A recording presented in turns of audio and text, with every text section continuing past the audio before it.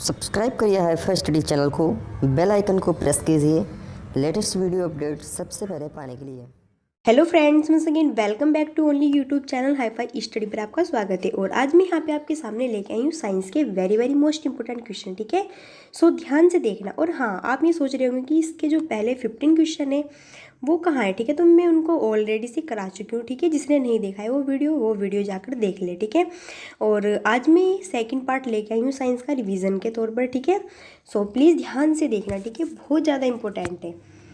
तो चलिए फिर देखते हैं। यहाँ पे फर्स्ट क्वेश्चन है हमारा कि 3 कीट भक्षी पौधों के नाम बताइए। ठीक है, तो फर्स्ट है हमारा ड्रोसेरा और नेपेंथीज और यूट्रिकुलेरिया। ठीक है, तो चलिए थोड़ा समझते हैं इसको कि ड्रोसेरा क्या होता है। ठीक है, पता होना चाहिए कि इनके मतलब क्या है। ठीक है, तो ड्रोसेरा को हम मक्खा जाली भी कहते हैं। ठीक है, क्या कहते हैं? ड्रोसेरा को हम मक्खा जाली भी कहते हैं। और इन पौधों की गोलाई में करीब 25 पत्तियां होती है। कितनी होती है? 25 पत्तियां होती है, जिसकी प्रत्येक पत्ती पर 200 से अधिक छोटे छोटे संवेदक बाल होते हैं। ठीक है, 200 से अधिक क्या होते हैं? छोटे छोटे संवेदक बाल होते हैं।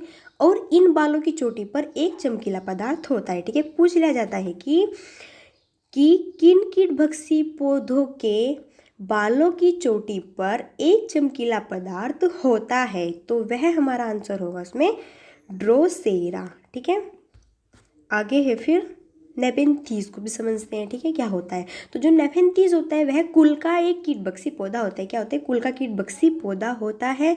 और ये पौधे दलदल या फिर नमी जगह में उगते हैं। ठीक है, पूछ लिया जाता है बेसिक सा क्वेश्चंस। ठीक है, जब आप अपनी प्रिपेयर सीटेट वगैरह करोगे, ठीक है, तो वहाँ पे ये चीज़ पूछी जाती है। ठीक है, पूछ लिया जाता है कि वह कौन से पौधे जो दलदल या फिर नमी जगह में उगते हैं। ठीक है, तो वह है हमारे नेपेंथीज। ठीक है, और फिर लास्ट है हमारा पॉइंट यहाँ पे यूट्रिकुलेरिया। ठीक है, ये क्या होता है? तो देखो, यूट्रिकुलेरिया को हम ब्लैडर वर्ट्स भी कहा जाता है। ठीक है, पूछ लिया जाता है कि यूट्रिकुलेरिया का दूसरा नाम क्या है, तो क्या है इसका दूसरा नाम? ब्लैडर वर्ट्स भी कहा जाता है इसको। ठीक है, और इसमें लगभग 233 प्रजातियों के साथ, ठीक है, मांसाहारी पौधों की एक प्रजाति होती है। ठीक है, और यह ताजे पानी और गीली मिट्टी के स्थलीय या फिर जलीय प्रजातियों के रूप में होते हैं। ठीक है, यह कहाँ होते हैं? ये पौधे ताजे पानी और गीली मिट्टी में, ठीक है, स्थलीय या फिर जलीय प्रजातियों के रूप में होते हैं। और ये अंटार्कटिका को छोड़कर, ठीक है, आपने सुना होगा महाद्वीप के नाम। ठीक है, तो यह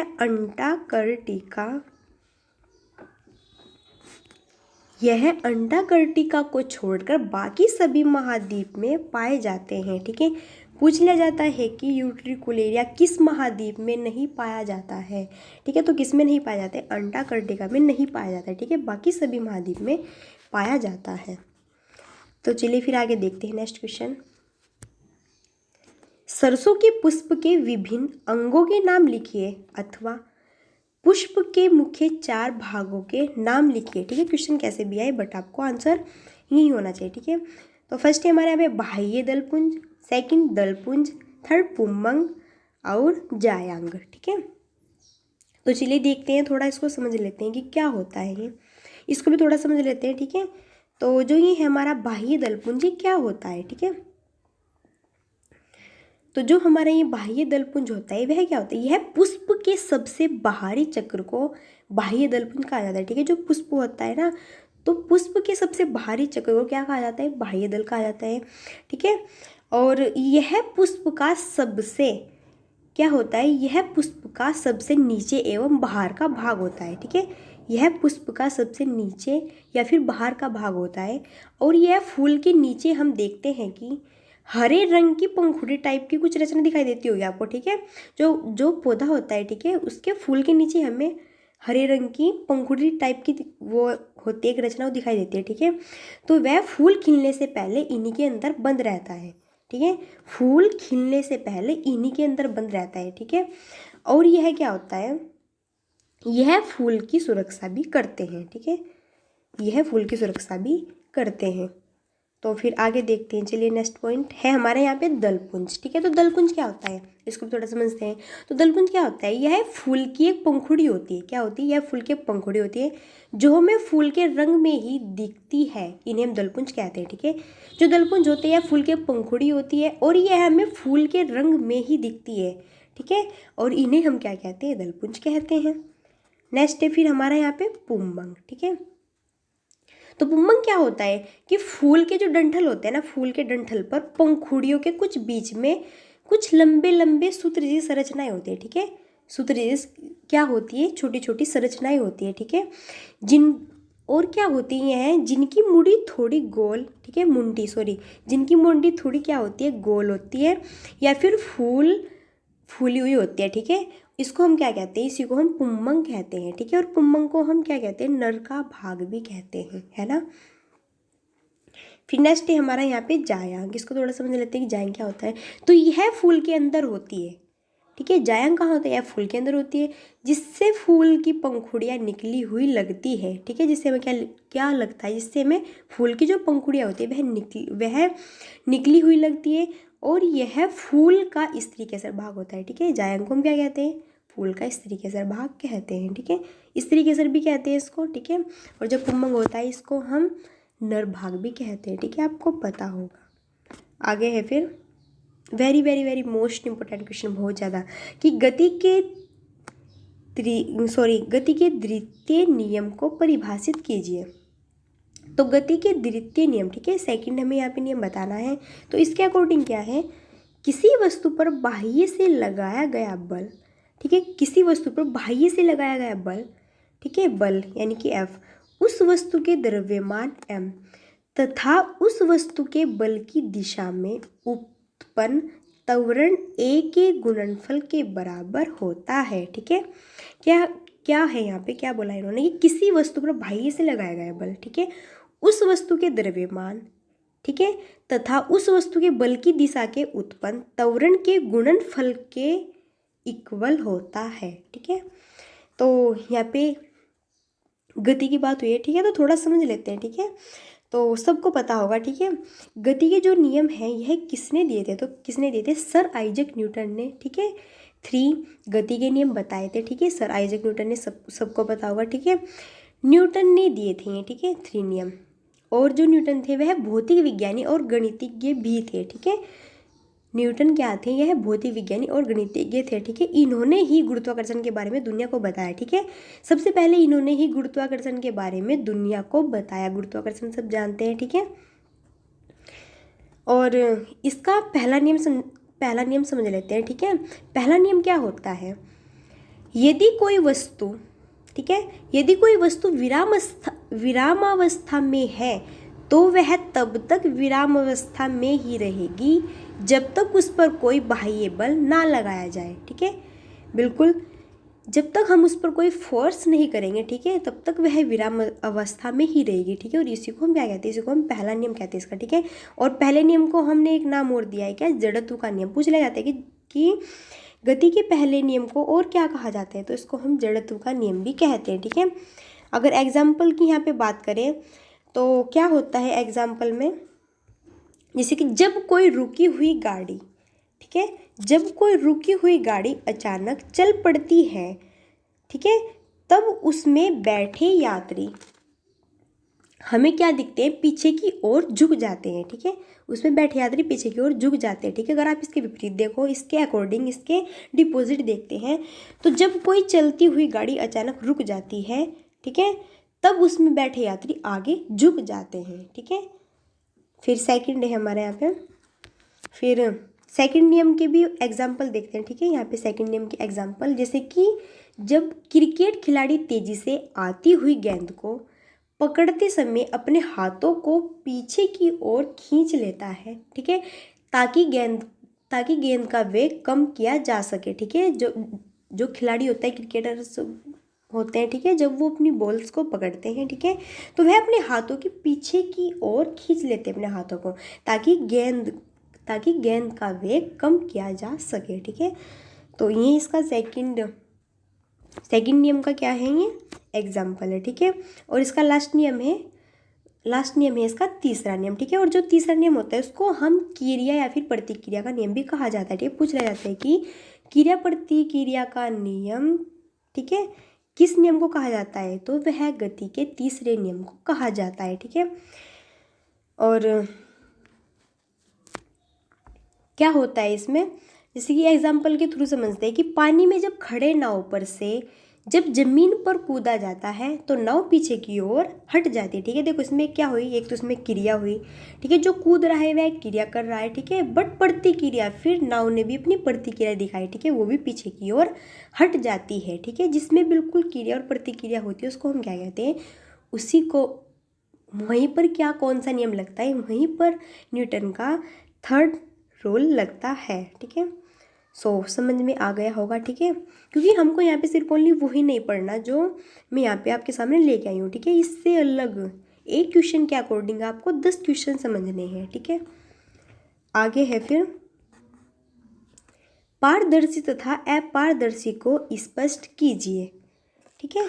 तो पारदर्शी क्या होता है, पारदर्शी वे पदार्थ है जिनके आर पार हम देख सकते हैं, ठीक है, इनमें पारदर्शिता का गुण पाया जाता है, ठीक है, इनमें पारदर्शिता का गुण पाया जाता है, ठीक है। तो कौन कौन से होते हैं जिनको हम देख सकते हैं, ठीक है, जैसे कि कांच, क्या हो गया, जैसे कि कांच और साफ पानी, ठीक है, कांच और साफ पानी, ठीक है। आप कांच लेना, ठीक है, और फिर उसमें देखना अपनी आई से, ठीक है, तो आपको बिल्कुल दिखाई देगा, ठीक है, क्लियरिटी। और बिल्कुल साफ पानी लेना, ठीक है, और आप उसमें देखना तो आपको क्लियरिटी दिखाई देगा, ठीक है। फिर सेकंड है यहाँ पे अपारदर्शी, ठीक है, वे पदार्थ जिनके आर पार देखा नहीं जा सकता उन्हें अपारदर्शिता का गुण, ठीक है, उनमें अपारदर्शिता का गुण होता है, ठीक है। जैसे कि एग्जाम्पल के थ्रू समझते हैं इसको, जैसे कि क्या हो गया यहाँ पे दीवार, ठीक है, तो दीवार के सामने अगर आप देख रहे हो, ठीक है, सीन कर रहे हो, कुछ चीज़ वॉच कर रहे हो, तो आपको उसके बैक दिखाई नहीं देगा, ठीक है। और जैसे कि नेक्स्ट एग्जांपल लेते हैं यहाँ पे, जैसे कुर्सी ले लो, ठीक है, कुर्सी, तो कुर्सी के सामने अगर आप देख रहे हो तो कुर्सी के बैक जो है वो आपको नहीं दिखाई देगा, ठीक है। जैसे कि पत्थर का टुकड़ा ले लो, ठीक है, तो पत्थर के टुकड़े की जब पत्थर के टुकड़े को आप आई से देखते हो तो पत्थर के टुकड़े का जो बैक है, ठीक है, वो आपको नहीं दिखाई देगा कि क्या है, ठीक है। और क्या हो जाएगा यहाँ पे, जैसे कि ब्लैक बोर्ड ले लो, ठीक है, तो ब्लैक बोर्ड के सामने जब आप खड़े हो तो उसके बैक की चीज़ आपको नहीं दिखाई देगी, ठीक है। तो ये क्या हो गए, ये है अपारदर्शिता के गुण कहलाते हैं, एग्जाम्पल्स, ठीक है। और एक और होता है, ठीक है, एक क्या होता है, वो होता है हमारा पारभासी, क्या होता है, पारभासी होता है, ठीक है। एक तो होता है पारदर्शी, एक होता है अपारदर्शी, एक होता है यहाँ पे पारभासी।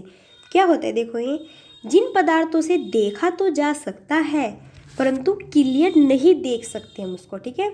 देखो क्या बोला है कि जिन पदार्थों से देखा तो जा सकता है परंतु क्लियर नहीं देख सकते, ठीक है। जैसे कि मैं आपको यहाँ पे एग्जाम्पल देती हूँ इसके पारभासी के, जैसे मैंने एग्जाम्पल लिया चिकना कागज, चिकना कागज, ठीक है, आपने चिकना कागज़ लिया, ठीक है, और उसको अपनी आई से वॉच किया, ठीक है, उसको सीन किया, तो जब आप उसको देखोगे तो उसके जो बैक की कुछ चीज़ होगी वो आपको धुंधली धुंधली सी दिखाई देगी, ठीक है, बट थोड़ा थोड़ा दिखाई देगा, ठीक है। तो उसमें वहाँ पे क्या होगा, वहाँ पे पारभासी होगा, ठीक है। अगर नेक्स्ट एग्जाम्पल देखते हैं, जैसे कि धुंधला कांच, जैसे कि क्या है, धुंधला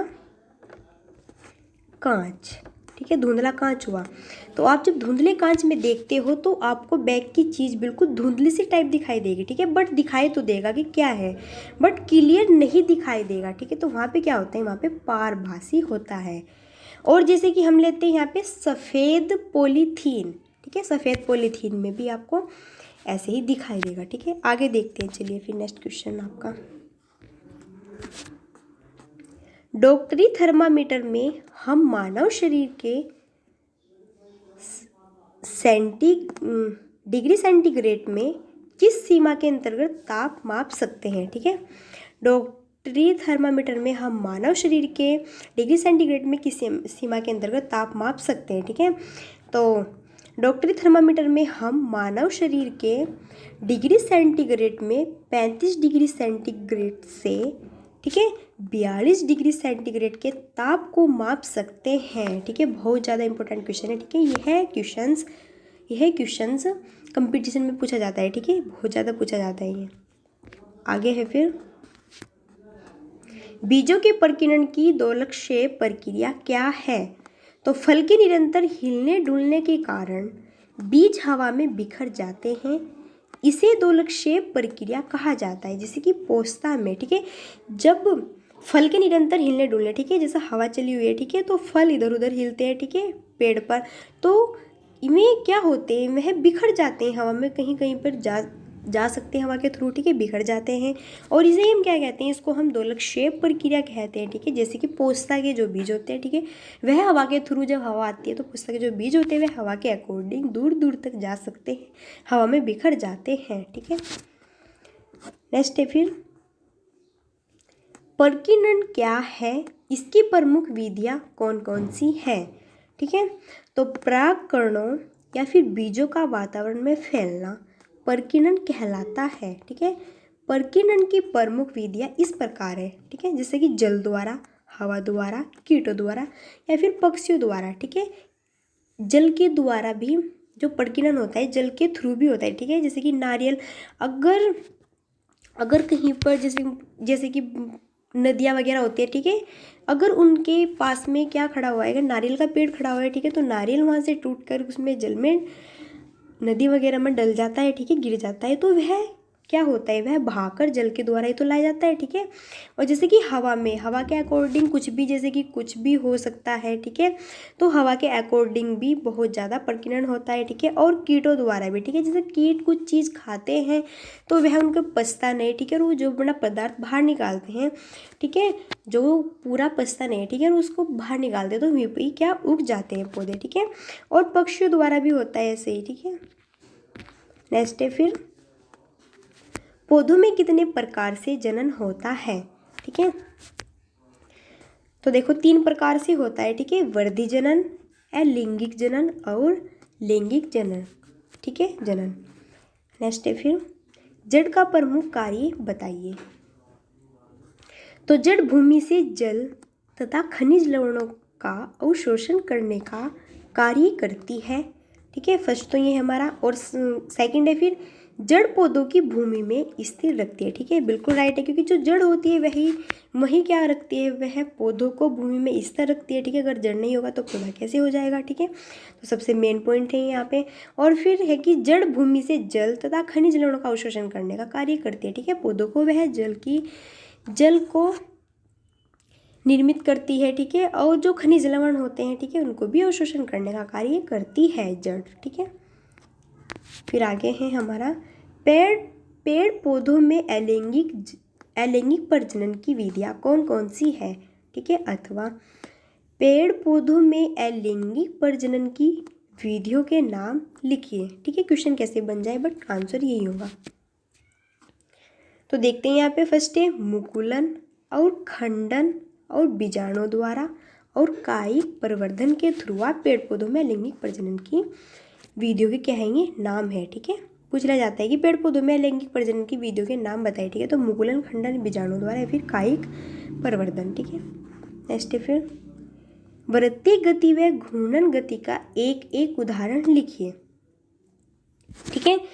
तो फर्स्ट है यहाँ पे, लट्टू का फिरना घूर्णन गति का उदाहरण है, ठीक है, जब लट्टू फिर रहा है, ठीक है, तो वह घूर्णन गति का क्या हुआ, एग्जाम्पल्स हुआ। और नेक्स्ट जैसे कि सूर्य के चारों ओर पृथ्वी का गति करना वृत्तीय गति का एग्जाम्पल्स है, ठीक है, जब सूर्य के चारों ओर जो अर्थ होती है, ठीक है, वह घूमती है, ठीक है, वह गति करती है, तो उस गति को हम क्या कहते हैं, उस गति को हम वृत्तीय गति कहा जाता है, ठीक है। और लट्टू का फिरना क्या कहलाता है, घूर्णन गति कहलाता है, ठीक है। नेक्स्ट है फिर यहाँ पे, कीटबक्सी पौधों की विशेषता तथा नाम लिखिए, ठीक है। तो कीटबक्सी पौधे दलदली भूमि में उगते हैं, ठीक है, कीटबक्सी जो पौधे होते हैं वह दलदली भूमि में उगते हैं। इस कारण इन पौधों को नाइट्रोजन प्राप्त नहीं होती है, ठीक है। इसलिए ये प्रोटीन का निर्माण नहीं कर पाते हैं और प्रोटीन की आवश्यकता को पूर्ण करने हेतु यह कीटों का पाचन करते हैं, जैसे कि ड्रोसेरा और घटपर्णी आदि, ठीक है। मैंने बताया था आपको ये, ठीक है। क्या होते हैं कीट बक्सी पौधे, कहाँ उगते हैं? दलदली में। देखो यहाँ पे क्वेश्चन कैसे कैसे और कितने बनते हैं, ठीक है। पूछ लिया जाता है कि जो कीट बक्सी पौधे होते हैं वह किस भूमि में उगते हैं, तो वह दलदली भूमि में उगते हैं, ठीक है। फर्स्ट क्वेश्चन बन गया आपका। सेकंड है, फिर पूछ लिया जाता है कि जो कीट बक्सी पौधे होते हैं उनको, ठीक है, उनको क्या प्राप्त नहीं होता, ठीक है, क्या नहीं होता उनको, तो उनको नाइट्रोजन प्राप्त नहीं होता, ठीक है। सेकंड क्वेश्चन, ठीक है। और पूछ लिया जाता है कि कौन से पौधे होते हैं जिनको प्रोटीन के निर्माण नहीं होता और वह प्रोटीन की आवश्यकता के हेतु कीटों का पाचन करते हैं, तो वह भी कीट बक्सी पौधे होते हैं, ठीक है। थर्ड क्वेश्चन बन गया फिर, ठीक है आपका। और एग्जाम्पल्स पूछ लिया जाता है कि कौन कौन से होते हैं, तो ड्रोसेरा और घटपर्णी, ठीक है। तो 4 क्वेश्चन आपके यहाँ पे रेडी हो चुके हैं। आगे देखते हैं फिर नेक्स्ट।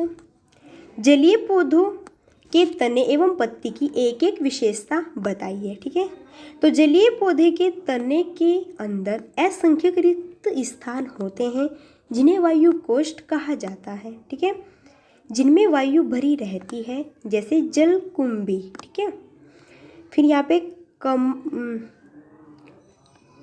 कमल तथा कुमुदनी के पौधों की पत्तियां चपटी होती है और इनकी सतह मोम जैसी चिकनी होती है, ठीक है। इससे पत्तियां गीली नहीं होती है, ठीक है, और चपटी होने के कारण यह पानी की सतह पर तैरती है। इससे सूर्य के प्रकाश में भोजन का निर्माण संभव नहीं हो पाता है, ठीक है। क्या होते हैं जलीय पौधे के तने एवं पत्ती की एक एक विशेषता बताई, ठीक है। तो यहाँ पे उन्होंने एक विशेषता दी है। तो क्या होता है, जैसे कि जलीय पौधे जो होते हैं उनमें तनों के अंदर असंख्य रिक्त स्थान होते हैं, ठीक है, और जिन्हें हम वायुकोष्ठ कहा जाता है, ठीक है। और इनमें क्या होती है, इनमें वायु भरी रहती है, ठीक है। जैसे कि इसका एग्जाम्पल यहाँ पे दिया हुआ है जलकुंभी, ठीक है। और फिर है हमारे की कमल तथा कुमुदनी के पौधे की पत्तियां क्या होती है, चपटी होती है और इनकी सतह मोम जैसी चिकनी होती है, ठीक है। आगे है फिर अलैंगिक जनन की 2 विधियां या फिर प्रकारों के नाम लिखिए, ठीक है। तो फर्स्ट यहाँ पे मुकुलन और विखंडन। फिर नेक्स्ट क्वेश्चन है और आज का हमारा लास्ट है, ठीक है। घर्षण बल किसे कहते हैं? किन्हीं 2 सतह के संपर्क तलों के मध्य सापेक्ष गति का विरोध करने वाले बल को घर्षण बल कहते हैं, ठीक है। तो थोड़ा समझते हैं, चलो इसको। कोई पूछना जाता है कि घर्षण बल के टाइप्स कितने होते हैं, ठीक है। तो कितने होते हैं? 2 टाइप्स के घर्षण बल होते हैं, ठीक है। फर्स्ट है, जैसे कि हमारे यहाँ पे फर्स्ट क्या होता है, फर्स्ट होता है हमारा स्थैतिक घर्षण, ठीक है। और सेकंड हमारा यहाँ पे होता है गतिज